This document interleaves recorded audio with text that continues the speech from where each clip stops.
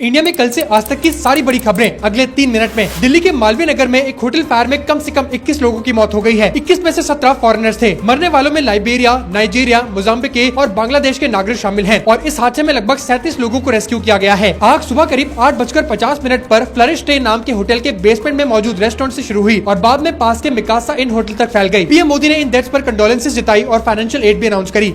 Khan sir के coaching centre पर हमला और तोड़फोड़ की घटना सामने आई है। रिपोर्ट्स के अकॉर्डिंग कुछ लोग कोचिंग सेंटर में घुस आए और वहां तैनात गार्ड के साथ मारपीट करी। हमले में घायल गार्ड को इलाज के लिए हॉस्पिटल में भर्ती कराया गया है। शुरुआत में फायरिंग की भी खबर आई थी, लेकिन बाद में साफ किया गया कि कोई गोली नहीं चली थी और मामला सिर्फ तोड़फोड़ और हमले का था।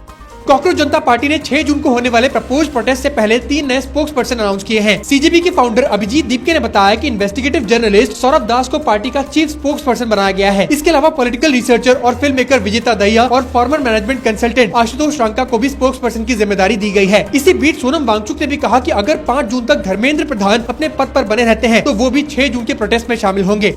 अमेरिका इंडिया पर नए टैरिफ लगाने वाला है। अमेरिका ने एक नया टैरिफ प्रपोजल पेश किया है, जिसके हिसाब से इंडिया के साथ कई बड़े ट्रेडिंग पार्टनर से आने वाले इंपोर्ट्स पर कम से कम 10% की एडिशनल ड्यूटी लगाई जा सकती है। इस प्रपोजल के अकॉर्डिंग इंडिया पर लगभग 12.5% टैरिफ लगाने की संभावना है। ये कदम अमेरिका ने फोर्स्ड लेबर से बने प्रोडक्ट्स के इंपोर्ट्स को लेकर की गई इन्वेस्टिगेशन के बाद उठाया है। पीएम नरेंद्र मोदी ने 3 जून को नेपाल की राष्ट्रीय स्वतंत्रता पार्टी की चेयरमैन रावी लामिछाने से मुलाकात करी। इस मीटिंग में एस जयशंकर, अजीत डोभाल और फॉरेन सेक्रेटरी विक्रम मिश्री भी मौजूद थे। पीएम मोदी ने दोनों देशों के बीच रिश्तों को और मजबूत करने पर जोर दिया। ये मुलाकात ऐसे समय हुई जब नेपाल में राष्ट्रीय स्वतंत्रता पार्टी एक बड़ी पॉलिटिकल पावर के रूप में उभर कर सामने आई है।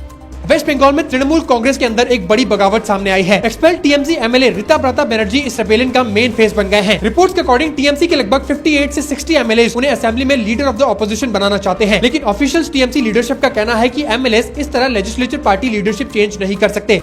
इंडिया ने कुवैत एयरपोर्ट पर हुए अटैक का सख्त विरोध किया है। इस अटैक में एक इंडियन नेशनल की मौत हो गई, जबकि 60 से 63 लोग इंजर्ड हुए। रिपोर्ट्स के अकॉर्डिंग ईरानियन मिसाइल्स और ड्रोन्स ने कुवैत इंटरनेशनल एयरपोर्ट को हिट किया, जिससे टर्मिनल 1 को काफी नुकसान पहुंचा। इंडिया ने साफ कहा है कि वेस्ट एशिया कॉन्फ्लिक्ट में सिविलियंस और सिविलियन इंफ्रास्ट्रक्चर को कभी टारगेट नहीं किया जाना चाहिए।